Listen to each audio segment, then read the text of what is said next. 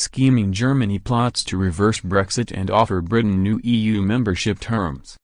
German MEP Hans-Olaf Henkel attempted to bend Mr. Juncker's ear and convince him to offer Britain a new EU membership deal that hands more sovereignty to the UK Parliament. In particular, he believes Britain should gain the controls over immigration initially demanded by David Cameron when he tried to renegotiate terms in 2015-16. He hopes this would change Brits' minds about leaving the EU and prevent a split in the bloc.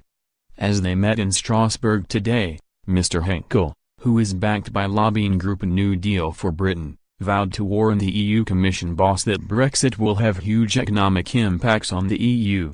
He planned to remind Mr. Juncker, Britain is the largest single customer of the remaining 27 EU countries, importing much more from than exporting to the continental EU countries. Mr. Henkel said although many EU leaders believe Brexit will cause problems for Britain while leaving their countries unscathed, complex international business relationships will suffer. He believes tens of thousands of jobs will be at stake if Britain leaves the EU, some in Britain, but many in Europe as well. Mr. Henkel said, "It is so obvious, Brexit will result in a lose-lose situation for both Britain and the EU." While he believes a change in immigration policy is the least the EU could do for Britain, Mr. Henkel said, "I will also remind President Juncker of the fact that EU politicians have a share in the responsibility for Brexit, and that their refusal to offer Britain some more autonomy to control its own immigration contributed to the outcome."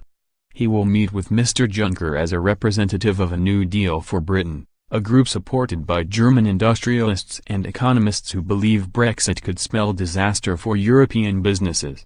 Besides Mr. Henkel, the group's leading backers include three former presidents of the Federation of German Industries, Berger founder Roland Berger, former Bayer CEO Manfred Schneider, and economics professor Hans-Werner Schinn.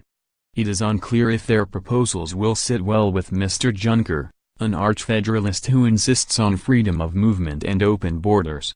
However, with Germany still regarded as the long-term driving force behind the EU, the business figures may hold some sway over the Commission boss.